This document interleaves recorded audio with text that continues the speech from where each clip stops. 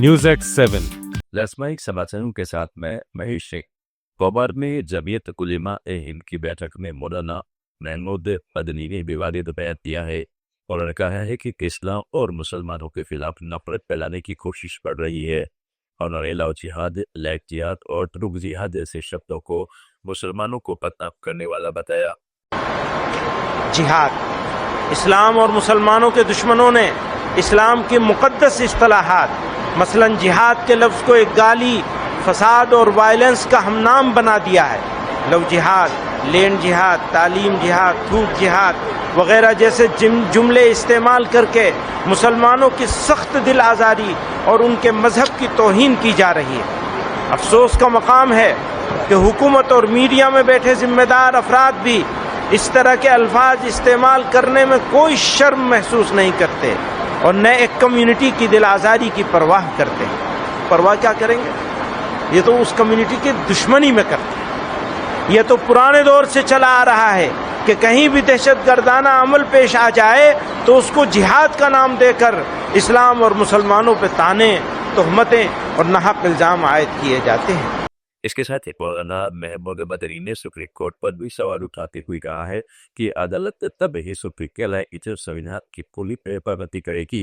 मदनी ने कहा है कि बाबरी मस्जिद की तलाक व कई दूसरे मामलों में फैसले के बाद ऐसा लगता है कि कोर्ट कुछ सालों से सरकार के दबाव में काम कर रही है। जारी की परवाह करते हैं। परवाह क्या करेंगे? ये तो उस कम्युनिटी की दुश्मनी में करते हैं। ये तो पुराने दौर से चला आ रहा है कि कहीं भी दहशतगर्दाना अमल पेश आ जाए तो उसको जिहाद का नाम देकर इस्लाम और मुसलमानों पर ताने, तोहमतें और नाहक इल्ज़ाम आयद किए जाते हैं।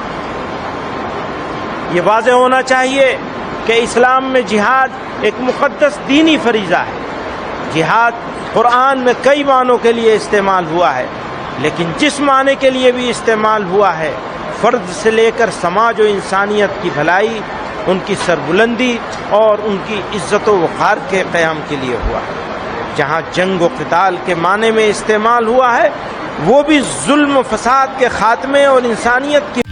लेट्स माइक न्यूज एक्स 7 दूसरी तरफ ने मदनी के बयान पर पलटवार किया है। सभी पात्रा ने ऐसे खड़काऊ और देश को बांटने वाला बताया है। उन्होंने कहा है कि जिहाद के नाम पर आतंकवाद फैलाया जा रहा है। उनका कहना कि जिहाद होना चाहिए, जब जब जुल्म होगा तब तब जिहाद होगा, मुझे लगता है यह बहुत ही अनुचित शब्द है, बहुत ही अनुचित वाक्य है। और जिहाद के नाम पर जिस प्रकार से लोगों ने भारतवर्ष में ही नहीं भारतवर्ष के बाहर भी आतंक फैलाया जिहाद के नाम पे, वह हमने देखा है। तो स्वाभाविक रूप से यह कहना कि भारत में जिहाद होगा एक बहुत ही इर्रेस्पॉन्सिबल, गैर जिम्मेदारी से भरा हुआ एक वचन है। दूसरा जो मौलाना महमूद मदनी ने कहा वह था कि सरकार। राजस्थान के पूर्व मुख्यमंत्री और कांग्रेस नेता अशोक गहलोत ने एसआईआर को लेकर चुनाव आयोग पर तीखा हमला बोला है।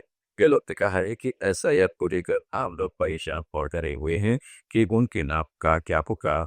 उन्होंने नोटबंदी का जिक्र करते हुए कहा कि उस दौरान लोग लाइनों में खड़े खड़े भर गए थे और आज की हालत तो वैसे ही पत्ते नजर आ रहे हैं। चुनाव आयोग को आनंद पानन में एसआईआर कराने की जरूरत क्यों पड़ी?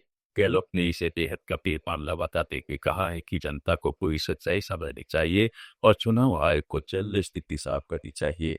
चिंतित हो गए हैं हमारे नाम का क्या होगा, और गरीब आदमी है, दलित वर्ग का है, कच्ची बच्चों का है, गुमगढ़ है, उनको पता ही नहीं बातों का। कौन तो उनके पास जा रहा है, कौन गारंटी दे रहा है उनकी भी नाम इनके आ जाएंगे।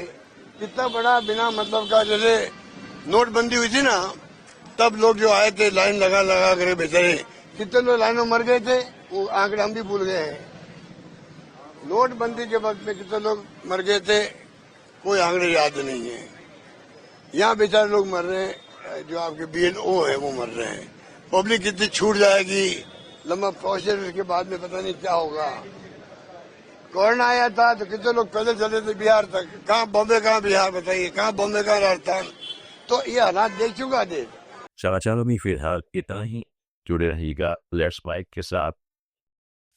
आप सुन रहे थे